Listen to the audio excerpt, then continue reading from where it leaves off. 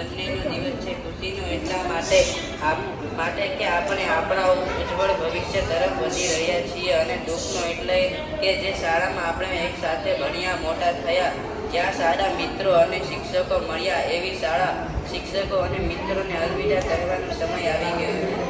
જ્યાં જ્યાં મિલન છે ત્યાં ત્યાં જુદાઈ છે, તોય વસમી લાગે આ વિદાય, પળમાં ભેળા તો પળમાં જુદાઈ છે.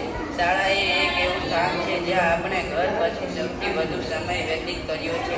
ભલે આપણે જુદી જુદી જગ્યાએથી આવ્યા હોઈએ, પરંતુ શાળામાં આવ્યા પછી બધા એક સમાન હતા, કારણ કે આપણે સૌ એક જ યુનિફોર્મમાં રહેતા હતા. જ્યારે શાળાએ આવ્યા ત્યારે રડતા રડતા આવ્યા હતા, અને જ્યારે છોડીને જઈએ છીએ ત્યારે પણ આંખમાં આંસુ છે. હું આચાર્યશ્રીને ધન્યવાદ કહીશ કે જેમણે અમને શાળામાં ઘર જેવું વાતાવરણ આપ્યું, અમારા શિક્ષકો જેમણે હંમેશા અમારું ભવિષ્ય ઉજ્જવળ બનાવવામાં પ્રયત્નો કર્યા અને અમારા સપનાને પૂર્ણ કરવા સહયોગ આપ્યો. અંતમાં હું એટલું જ કહીશ કે અમારાથી કંઈ ભૂલ ચૂક થઈ હોય તો માફ કરજો. અસ્તુ. ભારત માતા કી જય.